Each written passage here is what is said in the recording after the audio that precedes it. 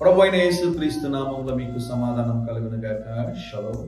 అనేక దినాలుగా ఒక కార్యం జరగాలని మీరు ఎదురు చూస్తున్నా ఏదో ఒక సమస్య అడ్డుపడుతూ ఆ కార్యము జరగనీయకుండా మిమ్మల్ని ఇబ్బంది పెడుతూ ఉంటే మీరు ఎన్నిసార్లు ప్రయత్నం చేసినా కూడా ఆ ప్రయత్నంలో మీరు విఫలమైపోతూ ఉన్నారేమో.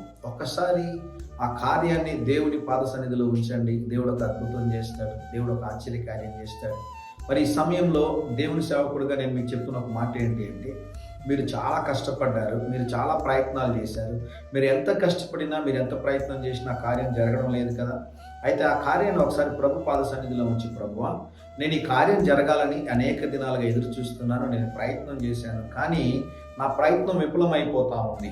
ఏ యొక్క సందర్భంలో, ఏ యొక్క ప్రాంతంలో నా జీవితంలో మరి కొరత ఉందో, ఇబ్బంది ఉందో నాకు తెలియడం లేదు. నన్ను సరిచేయండి, ఈ కార్యాన్ని నెరవేర్చండి మీరు అడగగలిగితే దేవుడు కనికరం కలిగిన దేవుడు, జాలి కలిగిన దేవుడు అని కనుక ఖచ్చితంగా మీకు సహాయం చేస్తారని దేవుని సేవకులుగా తెలియజేస్తున్నాను.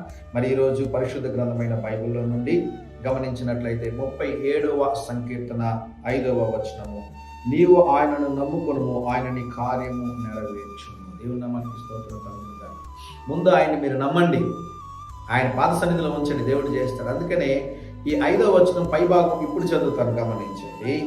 నీ మార్గమును యెహోవాకు అప్పగింపుము. నువ్వు ఏ మార్గంలో వెళ్ళాలనుకుంటున్నావు, మీరు ఎలా ట్రై చేయాలనుకుంటున్నారు, మీరు ఏం చేయాలనుకుంటున్నారు, ఆ కార్యాన్ని దేవునికి మీరు అప్పగించి ప్రభు పాద సన్నిధిలో మీరు ఉంచండి.